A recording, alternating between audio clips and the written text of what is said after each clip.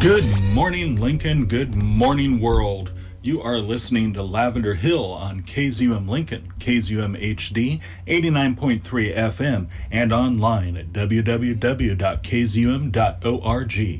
You could be using your handy-dandy smarter than a calculator device and listening to me on your favorite mobile listening apps such as TuneIn or Next Radio, or you could be listening up to 2 weeks after original broadcast date on the KZUM archives at www.kzum.org/archives. However it is that you are listening, welcome and thank you. I'm your host, Phil Kessler, and today I'm going to bring a selection of musical highlights from 2021, as well as some updates and newer commentary on stories that affect the LGBTQIA2S Soji community, locally, nationally, and globally. We started the show off with Rufus Wainwright's cover of Over the Rainbow, the Judy Garland classic and favorite here on Lavender Hill. It has, over the years, been a theme song for us. Before we go into more music, I want to address some of the events of 2021. The year started out with an insurrection in our nation's capital. Luckily, it was mostly a failure, but it did leave a lasting mark on our nation and showed just how much work we have yet to do to obtain equality, understanding, and civil rights in the United States of America. I'm not ready to address the congressional proceedings that began this last week on the insurrection, but I can speak a little about what happened on January 6th, 2021. According to an article from LGBTQNation.com published this past week on the anniversary date of the insurrection, Trump supporters who believed that President Joe Biden had secretly and successfully stolen millions of ballots across multiple states to usurp the presidency stormed the Capitol with the intent of stopping Congress from accepting the state's election results, according to that article. The crowd chanted for the death of Mike Pence, it went on to say, who was presiding over the Senate that day, and fashioned a makeshift noose as elected officials were swept to safety by the Secret Service and Capitol Police. 5 people died as a result of the day's events. Since then, over 700 people have been arrested for their role in the riots, according to NPR. About 165 have pled guilty, 70 have received their sentences, and about 30 have been given prison time. Anti-LGBTQ ideology was also starkly present on January 6th, 2021.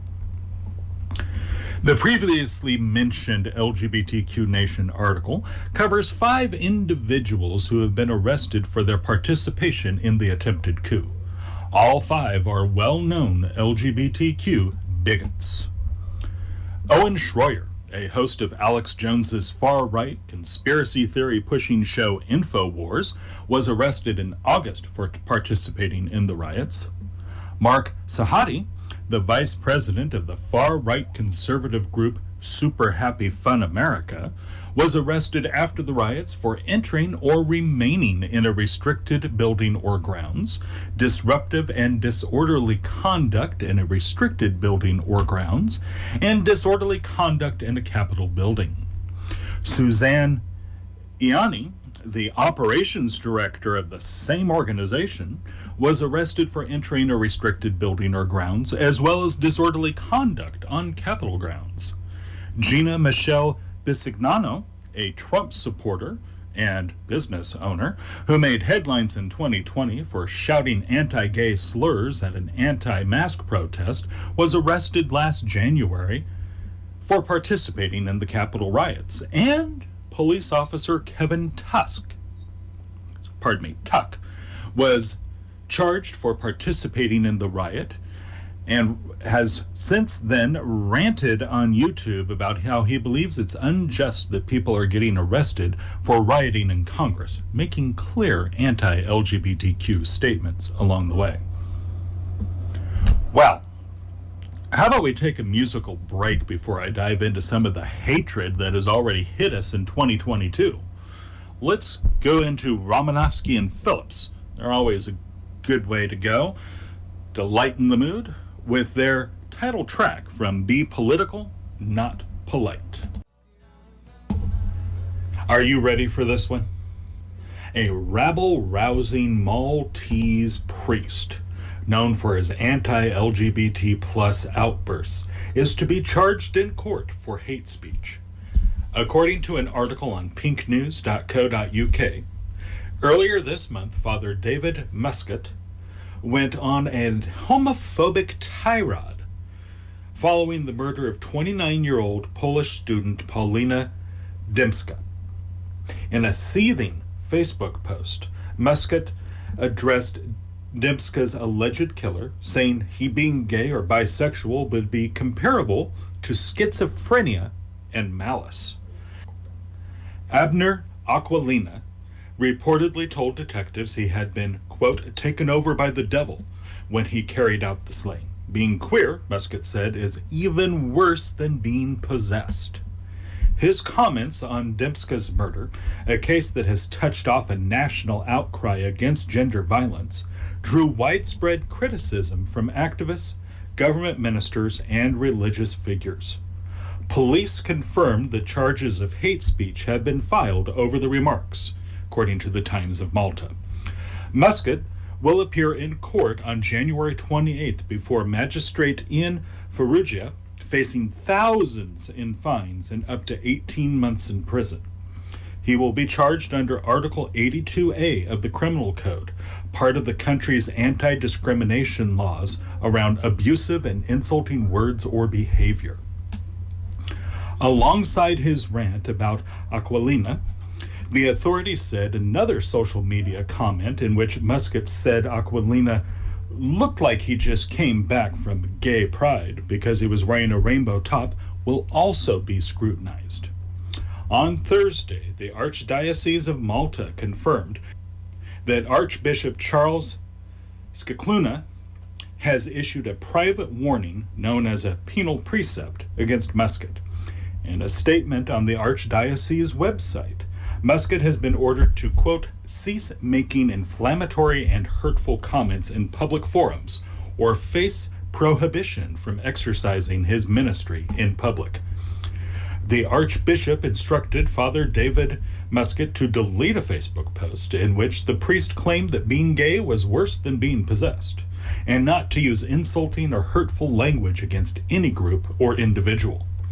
The Archbishop also reminded Father Muscat that in accordance with Catholic teaching, members of the clergy are required to show respect, compassion, and sensitivity to people from all walks of life. It's the latest salvos against Muscat, who entered the firing line after commenting on Aquilina, who is 20, who, according to police sources, is poised to be charged with Dymska's killing. Dymska was found dead January 2nd in a public park where she once fed stray cats, with an autopsy finding she had been raped and strangled. Muscat wrote in his incendiary status on Facebook, if Aquilina is gay or bisexual, then this must be added to his list of disorders, which includes schizophrenia and malice. He has a recipe of disorders all at once. Poor guy. Abner needs help, he added. It's even worse than being possessed. Being gay is worse. Oh my, yes. Scicluna quickly distanced the Roman Catholic Church away from Muscat in a televised homily. While he did not mention Muscat by name, he apologized on behalf of the church to all those who were hurt by a recent harsh homophobic words. And with that, we need to lighten the mood. So let's listen to the Scarlet Coast with their Oopsie Doodles from their debut 2021 album, Sittin' on Top the Pines. You may remember them from an interview I did towards the end of May last year. Elsewhere around the globe, Germany names Sven Lehrmann its first ever commissioner for the acceptance of sexual and gender diversity. Green Party politician Sven Lehrmann will be overseeing a national LGBT plus strategy in his new position, which he took up on Wednesday, January 5th. According to an article on pinknews.co.uk, Lehrmann has been a member of the Bundestag, the German parliament since 2017. Alongside fellow lawmaker Ulla Schwarz, he spent 3 years from 2018 as a spokesperson for queer policy and social policy within the Greens. Accepting his appointment, he asserted that everyone should be able to live freely, safely, and with equal rights. He also stated that the country needs a broad strategy to combat hatred directed at groups, which explicitly includes queerphobia. And our neighbors in the north, Canada. The Department of National Defense is to bring in genderless uniforms for Canadian Armed Forces troops, according to a memo obtained by Blacklock's Reporter, a news outlet that covers the nitty-gritty of government goings-on. The briefing note, called Diversity and Inclusion, said new uniform guidelines will do away with gender-specific accessories such as the bowler cap, long seen on women in the Navy. Overall, the new guidelines will, quote, eliminate binary uniform and appearance choices and let non-binary soldiers, sailors, and aircrew pick and choose their clothing. In celebrity news, reigning Jeopardy champion Amy Schneider has once again made history as the first woman to ever surpass $1 million in earnings. Schneider, the affable wiseacre and engineering manager from Dayton, Ohio, already has sufficient bragging rights from her nearly 2-month-long streak on the syndicated game show. She is already the highest-earning female contestant and the woman with the longest winning streak, as well as the first openly trans contestant to qualify for the Tournament of Champions. But on Friday, January 7th, Schneider broke the $1 million mark in her 28th episode of Jeopardy! This makes her the 4th person in the show's history to take home more than $1 million in prize money. She collected $42,200 during her most recent episode, bringing her total tally to a thumping $1,019,001. Schneider will get another chance to top up her earnings in Monday's game. It feels amazing. It feels strange, she said in a statement. It's not a sum of money I ever anticipated would be associated with my name. Well, it hasn't been all fun and games for Amy. Last Monday, she announced on Twitter that she had been robbed at gunpoint, perhaps one of many anti-trans reactions the game show celebrity has had to face since hitting the small screen. She is physically fine and is in the process of dealing with the mental and emotional fallout of having been through such an experience. In other celebrity news, LGBTQ Nation has an article about some of the fallout and fall up from a celebrity outing. Cassandra Peterson, better known as Elvira, Mistress of the Dark, said that she lost thousands of quote-unquote horny old men fans after she came out last year in her memoirs, but she was more concerned about how her queer fans would accept her. The straight people, I knew that there was going to be some horny old men out there who were just not going to like the fact that they didn't have a chance with me anymore, she joked on the Behind the Velvet Rope podcast last week. I hate to tell them they already didn't have a chance of me anyway. Peterson, 70, said that she lost 11,000 followers on one social media platform, she wouldn't say which one, after she came out, but gained 60,000 new followers. In one day, the day after the book came out, I lost 11,000, she recounted. People just said, Elvira, you lied to me. I don't respect you anymore. Goodbye. But I got 60,000 new followers the same day. It was mostly straight, older guys who just felt lied to, she said. I don't know. Can't please everybody. Peterson is best known for her spooky and sexy character Elvira, who she has played in movies and on television since the 1980s. Her drag-inspired aesthetic and campy humor attracted her a cult following over the decades, as well as many LGBTQ fans. She released her memoirs, Yours Cruelly, Elvira, this past September, where she revealed that she had been in a relationship with a personal trainer named Teresa T. Weirson for 19 years, who she described as a beautiful androgynous creature. Peterson wrote that she first kissed Weirson after she ended her 25-year marriage to her ex-husband at a time when she just thought she and Weirson had a close friendship. "I think I was even more surprised," she wrote.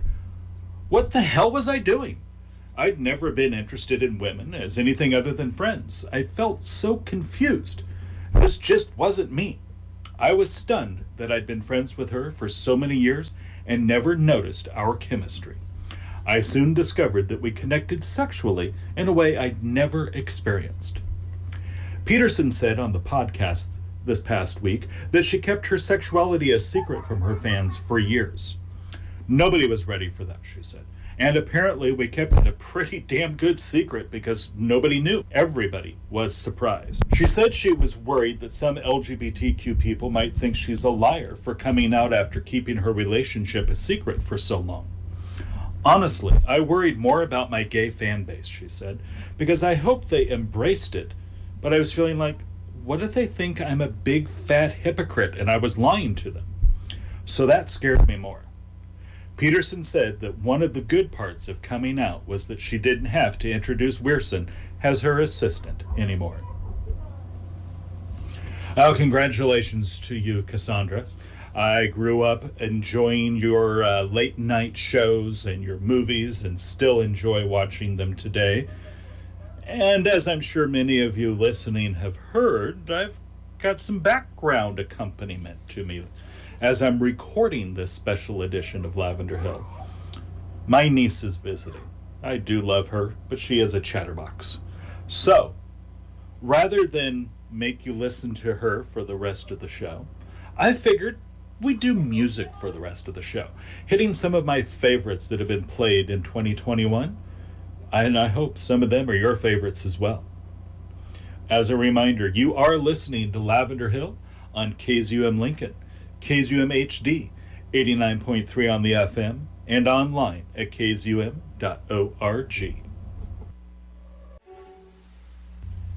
Well, that just about does it for us here on Lavender Hill. Thank you for tuning in for this special recorded edition.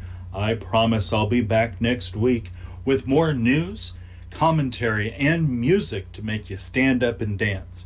In the meantime, keep that dial welded to the kazoom, as we say, and enjoy all the wonderful programming that we have to offer. Stay tuned for the Women's Show, where Deb Anderson has her weekly interview segment, Sweethearts and Badasses of Americana and Beyond, as well as her host of guest programmers. Not entirely sure who she's got lined up for you today, but you're about to find out. But before I let you find out, let's review what you've heard today. That last song before the break was Mrs. Brown, You've Got a Lovely Daughter, and that's by Frank. After that, we had Glowbelly with Into This World We're Thrown. Elton John gave us I'm Still Standing. Doug Strom gave us Freedom Rings. You all know ABBA with Dancing Queen, and Lady Gaga with Born This Way. Keep on listening here to KZUM. We've got all kinds of great music and talk for you. I'm going to send you out with another favorite that I'm sure you'll all recognize. I'll be back next week. Until then, keep on dancing.